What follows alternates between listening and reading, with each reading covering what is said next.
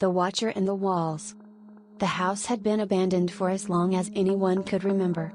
Perched at the edge of town, it loomed like a dark secret, its peeling paint and sagging roof an unspoken warning. When Olivia found out it was the only place she could afford to rent after her move, she hesitated, but the price was impossible to refuse. On her first night in the house, the air felt heavy. The old wood creaked underfoot as Olivia explored, her steps echoing in the silence. The rooms were dusty, neglected, but there was an undeniable charm in the antique moldings and the wide, creaky staircase. By the time she unpacked, night had fallen, and with it came a strange feeling, like she wasn't alone. As she settled into bed, the quiet felt unnatural. Too still. Her heart began to race for no reason she could understand. She shook it off, closing her eyes. It was just an old house, she told herself. Old houses made sounds. They shifted, groaned, breathed. But then a faint scraping. Soft, but deliberate. She sat up, listening hard. The noise came again, like nails scratching along the wall, slow and patient. Her breath caught in her throat. "It's the wind," she whispered. "Just the wind." But the scratching continued. Steady, purposeful. It seemed to be coming from the walls themselves, just behind the plaster.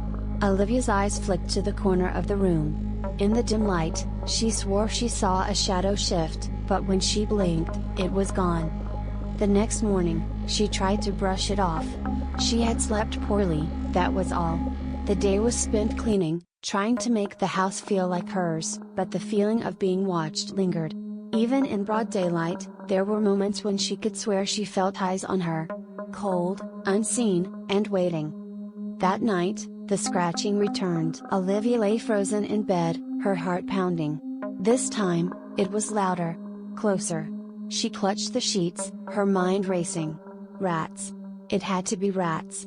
Old houses had rats, didn't they? Then the whispering started. At first, it was so soft she thought she was imagining it. But as she strained to listen, she could make out faint voices, murmuring in the dark. She couldn't understand the words, but there was something unsettling about the tone, like it was calling to her, drawing her in. Desperation set in. She bolted out of bed, grabbing her phone. She dialed the landlord, her fingers trembling. After a few rings, a groggy voice answered. "Look, I need to know if this house has a history," Olivia said, her voice barely steady. "Something's wrong here." There was a long pause. Too long. Did you hear it?" the landlord finally asked, his voice tight with fear. "Hear what?" Olivia whispered. "The scratching. The voices." Her blood ran cold. "I tried to tell the last tenants," the landlord continued, his voice barely above a whisper.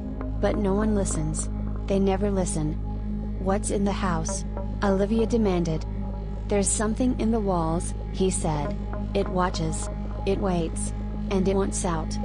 Olivia hung up, her heart racing. She had to leave. Now. But as she reached for the doorknob, the scratching grew louder, so loud it was impossible to ignore. It was coming from the walls, all around her, closing in. She pressed her ear against the plaster, trembling, and that's when she heard it. A voice, clear and sharp, whispered her name. "Olivia." She stumbled back, horror clawing at her chest. The walls seemed to pulse, like something was alive inside them, something desperate to break free. Suddenly, cracks began to spiderweb across the plaster. Thin, dark fissures snaked along the walls, and from within them, something moved. Something black and twisted. Long fingers, too many to count, clawed their way through the cracks, scratching, tearing, reaching. Olivia screamed and ran for the door, but the walls bulged, shifting unnaturally, the plaster crumbling as the house groaned. The voices grew louder, a chorus of whispers, mocking and insistent. "You can't leave," they hissed. "You're ours now." She threw herself against the door, but it wouldn't budge. The room felt like it was closing in, the air thick and suffocating. She turned to face the wall, her back pressed against the unyielding wood, and watched in frozen terror as a face pushed through the plaster, a pale, twisted face with hollow eyes, grinning. The Watcher had found her. It wasn't long before the townspeople noticed the lights in the house were off again, the windows dark and empty. Another tenant, gone without a trace. But at night, if you stand close enough to the walls, you can still hear the scratching. And sometimes, if you listen carefully, the walls whisper your name.